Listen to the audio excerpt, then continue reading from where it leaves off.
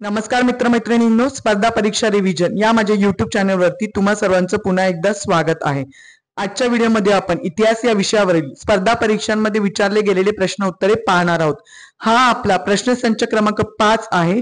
Total 30 प्रश्न आहेत आणि 30च्या 30 प्रश्न तुम्ही सोडवायचे आहेत आणि 30 पैकी कोणाकोणाला किती किती मार्क्स मिळतात हे तुम्ही मला कळवायचं आहे कमेंट बॉक्स मधून, ठीक आहे। आणि आजच्या व्हिडिओमध्ये तुमची इंग्रजी या विषयाची रिव्हिजन सुद्धा होणार आहे, म्हणजे इतिहासाबरोबर तुम्ही इंग्रजीची रिव्हिजन सुद्धा करणार आहात।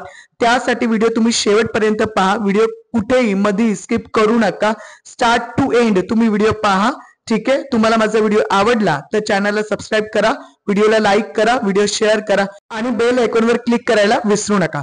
चला तर सुरुवात करूयात आजच्या आपल्या सेशनला।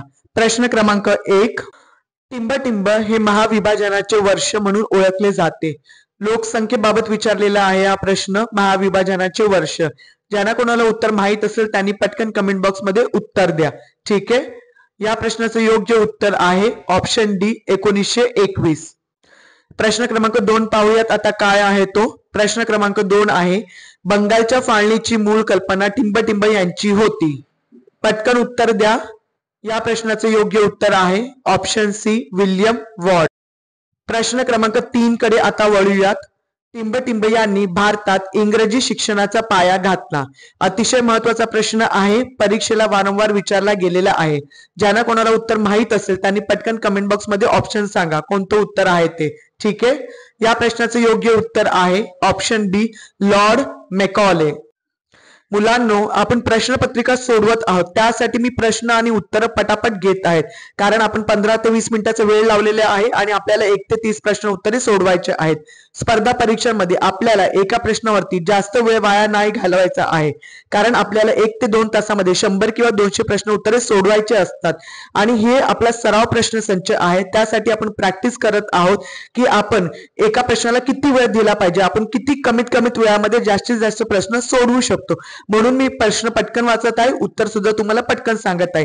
माझी ही अपेक्षा आहे की मी प्रश्न वाचल्यानंतर तुम्ही माझ्या अगोदर तो प्रश्न वाचायचा आहे आणि पटकन उत्तर देण्याचा प्रयत्न करायचा आहे आणि पुढच्या प्रश्नाकडे वळायचा आहे, ठीक आहे। आता पाहूयात प्रश्न क्रमांक 4।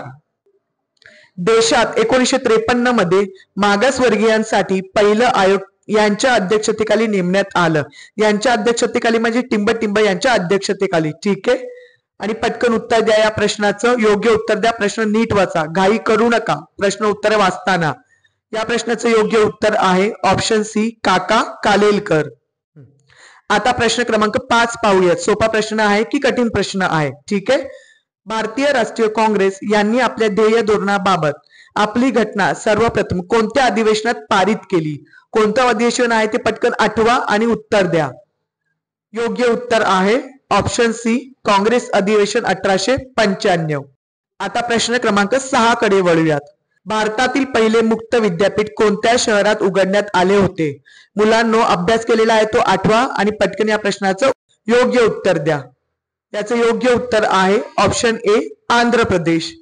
प्रश्न क्रमांक 7, ईस्ट इंडिया कंपनी यांची ब्रिटिश पार्लमेंटने भारतातील व्यापारी मक्तेदारी कोणत्या कायद्याने संपुष्टात आणली?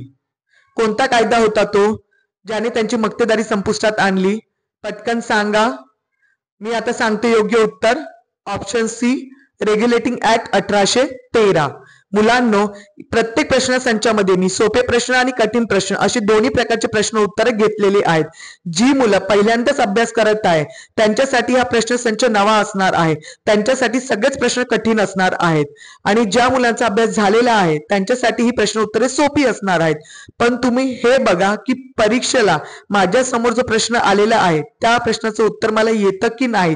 तो प्रश्न एक तर सोपा असू दे किंवा कठीण असू दे, पण माझा अभ्यास झालाय की नाही हे जास्त जरुरी आहे। मला त्या प्रश्नाचं उत्तर येत आहे की नाही हे जास्त जरुरी आहे, ठीक आहे। तर असा विचार करू नका की प्रश्न संच सोपा आहे, प्रश्न संच कठीण आहे। फक्त मला प्रश्नाचं उत्तर येत आहे की नाही या गोष्टीकडे तुम्ही लक्ष द्या, ठीक आहे। मी दोन्ही प्रश्न उत्तरे घेणार आहेत, सोपे प्रश्न सुद्धा आणि कठीण प्रश्न उत्तरे सुद्धा। आता वळूयात प्रश्न क्रमांक 8 कडे। भारताला स्वातंत्र्य मिळाले त्यावेळी महात्मा गांधीजी कोणत्या राज्यात होते? भारताला स्वातंत्र्य मिळालं आपल्याला 15 ऑगस्ट 1947 रोजी। महात्मा गांधीजी त्या समारंभामध्ये नव्हते, कारण ते कोठे होते? उत्तर आहे ऑप्शन डी पश्चिम बंगालमध्ये. प्रश्न क्रमांक 9 ला सुरुवात करूयात. राजघाटावर कोणाची समाधी आहे? समाधी आहे किंवा कोणाचं स्मारक आहे आपण असंही बोलू शकतो. ठीक आहे. जे कोणी थोर व्यक्ती आहेत त्यांचा जन्म कधी झाला, त्यांचा मृत्यू दिनांक, त्यांचा जन्म कोणत्या गावात झाला, कोणत्या राज्यात झाला किंवा त्यांचं टोपण नाव काय आहे, त्यांची समाधी किंवा स्मारक कुठे आहे याच्यावरती परीक्षेला वारंवार प्रश्न विचारले गेलेले आहेत. तर हे सर्व टॉपिक तुम्ही व्यवस्थित अभ्यास करायचे आहेत. ठीक आहे. या सगळ्या प्रश्नांवरती तुम्ही हातचे 1 किंवा 2 मार्क्स हातातून घालवू नका. आता सध्या आपण या प्रश्नाचं उत्तर देऊया. राजघाटावरती ऑप्शन सी महात्मा गांधी यांची समाधी किंवा स्मारक आहे. ठीक आहे. आता प्रश्न क्रमांक 10 पाहूयात. आपला प्रश्न क्रमांक 10 आहे, डॉक्टर बाबासाहेब आंबेडकर यांच्या व्यतिरिक्त कोणत्या दलित नेत्याला भारताच्या पहिल्या मंत्रिमंडळात स्थान मिळाले? पटकन उत्तर आठवा. आठवत नसेल तर आठवण्याचा प्रयत्न करा की मी हे कुठे वाचलं आहे की नाही. ठीक आहे. या प्रश्नाचं योग्य उत्तर आहे ऑप्शन सी बाबू जगजीवन राम. प्रश्न क्रमांक 11 पाहूयात आता. प्लासीची लढाई कोणत्या साली झाली? प्लासीची लढाई हा खूप महत्वाचा प्रश्न आहे. लढायांवरती परीक्षेमध्ये वारंवार प्रश्न उत्तरे विचारले गेलेले आहे आणि प्लासीची लढाई कोणत्या साली झाली हा प्रश्न खूप वेळा परीक्षेला विचारला गेलेला आहे. तर या प्रश्नाचं उत्तर तुम्हाला माहित असणं खूप जरुरी आहे आणि याचे योग्य उत्तर आहे ऑप्शन डी 23 जून 1757. आता प्रश्न क्रमांक 12 पाहूया. वॉन्दिवोसची लढाई कोणत्या साली झाली? वॉन्दिवोसची लढाई आठवा पटकन कोणत्या साली झाली होती ते कमेंटमध्ये उत्तर हवी आहेत मला. मी तुम्हाला उत्तर सांगणार आहे पण त्या अगोदर तुम्ही सुद्धा उत्तर देण्याचा प्रयत्न करा. या प्रश्नाचं योग्य उत्तर आहे ऑप्शन ए 22 जानेवारी 1760. वॉन्दिवोसची लढाई झाली होती 22 जानेवारी 1760 ला. आता वळूयात पुढच्या प्रश्नाकडे. प्रश्न क्रमांक 13. खालीलपैकी कोणता कायदा चुकीचा आहे? कायदा दिलेला आहे आणि साल दिलेला आहे. तुम्हाला जर प्रत्येक कायद्याचं साल माहित असेल तर या प्रश्नाचं तुम्ही योग्य उत्तर द्याल आणि तुम्हाला लगेच कळेल की कोणता कायदा इथे चुकीचा दिलेला आहे. ठीक आहे. कोणता कायदा चुकीचा दिलेला आहे तर याचं योग्य उत्तर आहे ऑप्शन सी दुसरा फॅक्टरी ऍक्ट 1890. कारण तो 1890चा नाही आहे. त्याचं साल कोणतं आहे हे तुम्ही पुस्तकात बघायचं आहे आणि मला पटकन कमेंट बॉक्स मध्ये सांगायचं आहे. आता वळूयात पुढच्या प्रश्नाकडे. प्रश्न क्रमांक 14. महालवारी पद्धतीचा जनक खालीलपैकी कोणाला म्हटले जाते? महालवारी पद्धत, कायमधारा पद्धत, रयतवारी पद्धत या तीनही पद्धतीवरती परीक्षेला प्रश्न विचारले गेलेले आहेत आणि यापुढे सुद्धा विचारणार. तर या तीनही पद्धती आहेत ते तुम्ही नीट पायहाट करायचे आहेत. ठीक आहे. सध्या महालवारी पद्धतीचा जनक विचारलेला आहे आणि याचे योग्य उत्तर आहे ऑप्शन बी हॉल्ट मॅकेन्झी. मी प्रश्न वाचेपर्यंत मी वारंवार तुम्हाला सांगते, मी प्रश्न वाचेपर्यंत तुम्ही प्रश्न वाचायचा आहे आणि कमेंट बॉक्स मध्ये लगेच उत्तर देऊन मोकळं व्हायचं आहे आणि पुढच्या प्रश्नाकडे वळायचं आहे. ठीक आहे. आता पुढचा प्रश्न पाहूयात. प्रश्न क्रमांक 15. ईस्ट इंडिया कंपनीची स्थापना कोणत्या साली झाली? अतिशय महत्वाचा प्रश्न आहे. ईस्ट इंडिया कंपनी बद्दल आपण इतिहासामध्ये भरपूर काही वाचलं आहे आणि हा त्याचा बेसिक प्रश्न आहे की तिची स्थापना कधी झाली होती आणि या प्रश्नाचं योग्य उत्तर आहे. कोणी कोणी उत्तर दिले सांगा मला अगोदर कमेंट बॉक्स मध्ये काय उत्तर आहे. याचं योग्य उत्तर आहे ऑप्शन सी 1600. म्हणजे 1600 मध्ये ईस्ट इंडिया कंपनीची स्थापना झाली होती. आता प्रश्न क्रमांक 16 पाहूयात. कायमधारा पद्धत टिंबटिंब यांच्या सहकार्याने केली. मगाशी विचारलेली महालवारी पद्धत, आता विचारली आहे कायमधारा पद्धत. पद्धतीमध्ये गफलत करू नका. प्रश्न नीट वाचा आणि योग्य उत्तर द्या. कायमधारा पद्धत टिंबटिंब यांच्या सहकार्याने केली आणि याचं योग्य उत्तर आहे option C sir John Shore व जेम्स ग्रँट. प्रश्न क्रमांक 17 पाहूयात. आता सोपा प्रश्न आहे की कठीण प्रश्न आहे? खालीलपैकी कोणती जोडी चुकीची आहे? परत आपल्याला कायदा आणि साल इकडे विचारले गेलेले आहे. तुम्हीच इथे बघा, इथे तुमचे खूप सारे कायदे आणि साल बायहाट होणार आहेत. जे बरोबर आहेत ते तर बायहाट होतील, जे चुकीचे आहे ते तुम्ही पुस्तकात बघायचं आहे. इथे कोणता कायदा चुकीचा आहे तर ऑप्शन सी पर्यावरण संरक्षण कायदा 1988. त्याचं साल तुम्हाला माहित नसेल तर पुस्तक उघडा आणि साल पटकन बघा. कारण ज्या वेळेस आपल्याला प्रश्नाचं उत्तर माहित नसतं आणि आपण जेव्हा ते पुस्तकामध्ये बघतो की बाबा या प्रश्नाचं उत्तर काय आहे उत्सुकतेने, तर ते उत्तर आपल्याला कायम लक्षात राहतं असं मला तरी वाटते. ठीक आहे. म्हणून अशी प्रश्नाची उत्तर तुम्ही लगेच पुस्तकात बघत जा की या प्रश्नाचं उत्तर काय आहे. ते तुमचं नक्कीच कायम लक्षात राहणार आहे. परत त्या प्रश्नाचं उत्तर तुम्ही कधीच विसरणार नाही. आता वळूयात पुढच्या प्रश्नाकडे. प्रश्न क्रमांक 18. पाणी पंचायतीचे जनक टिंबटिंब यांना म्हटले जाते. ज्यांना ज्यांना उत्तर माहित असेल त्यांनी कमेंट बॉक्स मध्ये लगेच उत्तर द्या. आणि या प्रश्नाचं योग्य उत्तर आहे ऑप्शन डी, विलासराव साळुंके. आता वळूयात पुढच्या प्रश्नाकडे. प्रश्न क्रमांक 19. हितवाद या वृत्तपत्राचे संपादक कोण होते? सोपा प्रश्न आहे, परीक्षेला विचारला आहे वारंवार. या प्रश्नाचं उत्तर मी आता लगेच तुम्हाला सांगते. उत्तर आहे ऑप्शन बी, गोपाळ कृष्ण गोखले. ठीक आहे. आता प्रश्न क्रमांक 20 कडे वळूयात आपण. शेर ए काश्मीर हे टोपण नाव खालीलपैकी कोणाचे आहे? टोपण नाव सुद्धा परीक्षेला विचारले जातात, ते सुद्धा तुम्ही नीट करायचे आहेत. नीट बाय हार्ट करा. सगळे टॉपिक महत्वाचे आहेत, तर तुम्ही सगळे टॉपिक व्यवस्थित करायचे आहेत. ठीक आहे. या प्रश्नाचं योग्य उत्तर आहे ऑप्शन ए, शेख मोहम्मद अब्दुल्ला. मित्रांनो, 30च्या 30 प्रश्न तुम्हाला सोडवायचे आहेत आणि कोणाकोणाला 30 पैकी किती किती मार्क्स मिळालेले आहेत म्हणजे तुम्हाला स्वतःहून कळेल. हे तुम्ही मला कमेंट बॉक्स मध्ये सांगायचं आहे. तुम्हाला स्वतःहूनच कळेल की मी अभ्यास करतोय आणि परीक्षेला मी अभ्यास केलेला प्रश्न आलाय आणि तो मला आठवतो की नाही हे तुम्हाला प्रश्नसंच सोडवल्यानंतर कळेलच. यासाठी तुम्ही अभ्यास थोडासा होऊ द्या किंवा पूर्ण अभ्यास होऊ द्या, पण प्रश्नसंच सराव प्रश्नपत्रिका सोडवतच जा. त्याने तुमचं रिव्हिजन चांगल्या प्रकारे होणार आहे आणि तुमची स्मरणशक्ती सुद्धा वाढेल. कारण आपण फक्त अभ्यास करत राहतो, पण परीक्षेला तोच प्रश्न आपल्या समोर आला की आपल्याला आठवत नाही, आपण घाबरून जातो. यासाठी तुम्ही सराव प्रश्नपत्रिका सोडवत जाल तर तुमचं कॉन्फिडन्स वाढेल.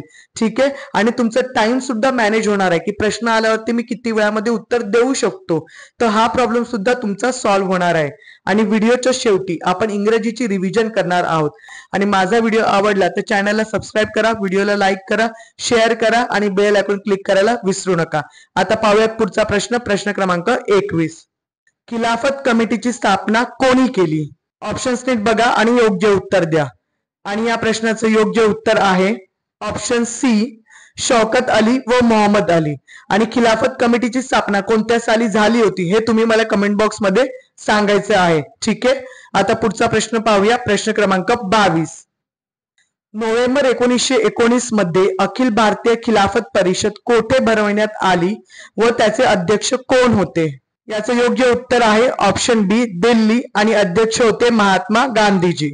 आता वळूयात पुढच्या प्रश्नाकडे. प्रश्न क्रमांक 23. 1857च्या उठावाबद्दल खालीलपैकी कोणते विधान चुकीचे आहे? प्रश्न नीट वाचा. काय विचारलेलं आहे? कोणते विधान चुकीचे आहे? तर जी विधानं चुकीचे आहेत त्याला टिक करा आणि मगच ऑप्शन मधलं उत्तर तुम्ही सिलेक्ट करा. या प्रश्नाचं योग्य उत्तर आहे, पटकन सांगा कोणी कोणी कमेंट मध्ये उत्तर दिलं आहे. मी आता उत्तर लगेच सांगणार आहे. या प्रश्नाचं योग्य उत्तर आहे ऑप्शन क्रमांक 2, सी आणि डी. म्हणजे फतेहपूर उठावाचे नेतृत्व राणी लक्ष्मीबाईंनी केले होते ते चुकीचं आहे आणि खानदेशचं खान बहादूर खान यांनी केले होते नेतृत्व, ते उत्तर चुकीचं आहे. आता पुढच्या प्रश्नाला सुरुवात करूया. प्रश्न क्रमांक 24. जालियनवाला बाग हत्याकांड नंतर खालीलपैकी कोणी राव बहादूर ही पदवी परत केली? प्रश्न नीट वाचा. पदवी कोणती आहे? राव बहादूर. नाहीतर तुम्ही लगेच ऑप्शन क्रमांक ए, रवींद्रनाथ टागोरला टिक करा, कारण त्यांनी सर या पदवीचा त्याग केला होता जालियनवाला बाग हत्याकांडानंतर. ठीक आहे. तर प्रश्न वाचताना घाई करू नका.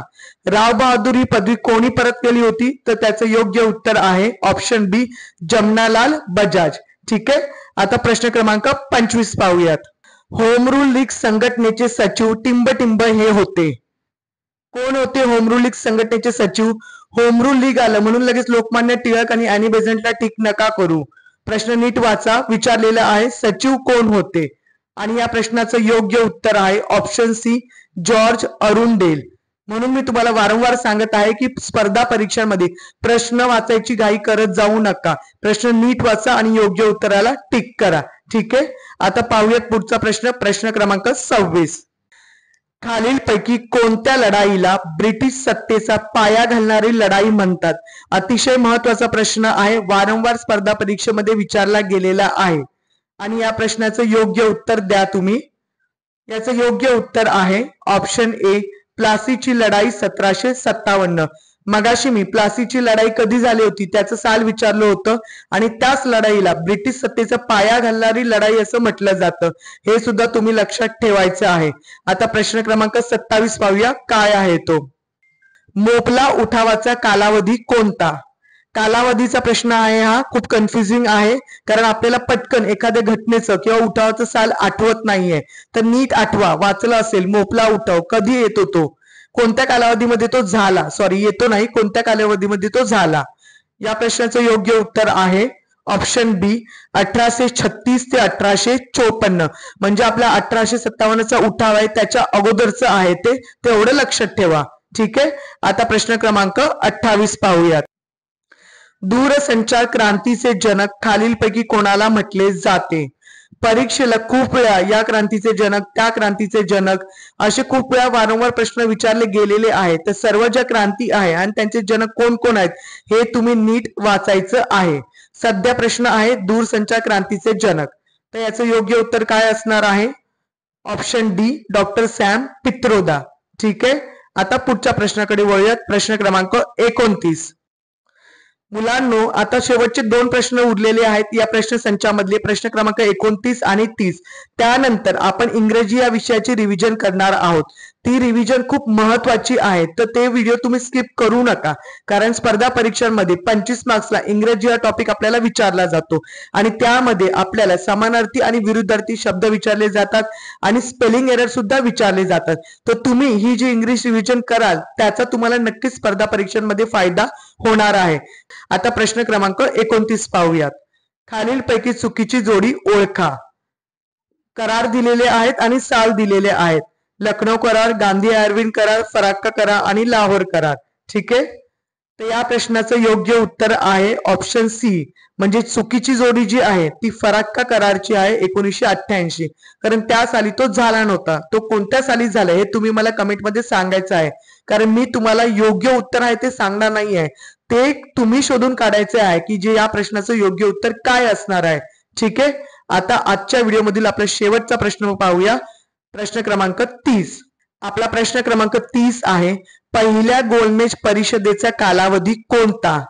पटकन आठवा, पहिली गोलमेज परिषदचा कालावधी कोणता होता, तो कधी सुरू झालेली आणि कधी ते कुठपर्यंत ती झाली. ठीक आहे. या प्रश्नाचं योग्य उत्तर आहे ऑप्शन डी 12 नोव्हेंबर 1930 ते 19 जानेवारी 1931. पहिली गोलमेज परिषद, दुसरी गोलमेज परिषद आणि तिसरी गोलमेज परिषद याच्यावरती स्पर्धा परीक्षांमध्ये वारंवार प्रश्न विचारले गेलेले आहेत आणि त्याचे तिन्ही परिषदेचे कालावधी तुम्हाला नीट लक्षात ठेवायचे आहे. ठीक आहे. आता वळूयात आपल्या इंग्रजी रिव्हिजन कडे. आपला पहिला शब्द आहे लोकसंख्या. लोकसंख्याला इंग्रजीमधून पॉप्युलेशन बोलतात, हे सर्वांना माहीतच असेल, तरी सुद्धा मी शब्द घेतलेला आहे. हा महाविभाजन वर्ष त्यालाच बोलतात इयर ऑफ ग्रेट डिवाइड. कल्पना त्याला थॉट्स किंवा इमॅजिनेशन बोलतात. जसं वाक्य असेल त्यानुसार तुम्ही शब्द घ्यायचा आहे. कल्पना म्हणजे माझ्या मनात एक कल्पना आली किंवा विचार आला तर थॉट्स वापरणार आणि आपण एखाद्या गोष्टीची कल्पना केली तर इमॅजिनेशन. फाळणीला इंग्रजीमधून पार्टिशियन बोलतात. पार्टिशियनची स्पेलिंग वारंवार परीक्षेला विचारली गेलेली आहे स्पेलिंग एरर मध्ये. शिक्षण म्हणजे एज्युकेशन. आयोगला इंग्रजीमधून कमिशन बोलतात. कमिशनची स्पेलिंग सुद्धा स्पेलिंग एरर मध्ये स्पर्धा परीक्षांमध्ये विचारलेली गेलेली आहे. तर नीट बघा तुम्ही पार्टिशियन आणि कमिशनची स्पेलिंग. मागासवर्गीय या शब्दाला इंग्रजीमधून बॅकवर्ड क्लास बोलतात. अधिवेशनला इंग्रजीमधून सेशन बोलतात. ध्येय म्हणजे एम. मुक्त विद्यापीठ म्हणजे ओपन युनिव्हर्सिटी. उठावला इंग्रजीमधून रिव्हॉल्ट बोलतात. आपण वाचलं ना 1857चा उठाव, त्यालाच इंग्रजीमधून 1857 म्हणजे 1857 रिव्हॉल्ट असं बोलतात. नेतृत्व म्हणजे लीड करणे किंवा लीडरशिप. पदवीला इंग्रजीमधून टायटल बोलतात. संघटना म्हणजे ऑर्गनायझेशन. कालावधी म्हणजे ड्युरेशन किंवा पिरियड असं बोलतात. दूरसंचार क्रांती म्हणजे टेक्नॉलॉजी अँड टेलिकम्युनिकेशन रिव्हॉल्युशन. क्रांतीला इंग्रजीमधून रिव्हॉल्युशन बोलतात. पहिली गोलमेज परिषद म्हणजेच राऊंड टेबल कॉन्फरन्स म्हणजेच फर्स्ट राऊंड टेबल कॉन्फरन्स असं येणार. शहरला इंग्रजीमधून सिटी बोलतात. कायदा म्हणजे लॉ किंवा ऍक्ट. राज्याला स्टेट बोलतात, हे सर्वांना माहित आहे. याच्यामध्ये मी कठीण शब्द आणि सोपे प्रश्न आणि सोपे शब्द असे दोन्ही पण घेतलेले आहेत. ठीक आहे. स्वातंत्र्याला इंग्रजीमधून इंडिपेंडन्स बोलतात. स्मारक म्हणजे मेमोरियल. मंत्रिमंडळ म्हणजे कॅबिनेट ऑफ मिनिस्टर्स. लढाईला इंग्रजीमधून वॉर म्हणजे युद्ध आणि बॅटल असं सुद्धा बोललं जातं. वृत्तपत्र म्हणजे न्यूजपेपर. संपादकला एडिटर बोलतात आणि परिषदला काउन्सिल बोलतात. तर हे जे शब्द आहे ते मी प्रश्न क्रमांक 1 पासून ते 30 पर्यंत जे काही शब्द आहेत जे आपल्या रोजच्या व्यवहारामधले आहेत आणि या शब्दांचा तुम्हाला पुढे सुद्धा वापर होणार आहे असे शब्द मी घेतलेले आहेत. ठीक आहे, तर हे तुम्ही नीट रिव्हिजन करायचे आहेत. धन्यवाद.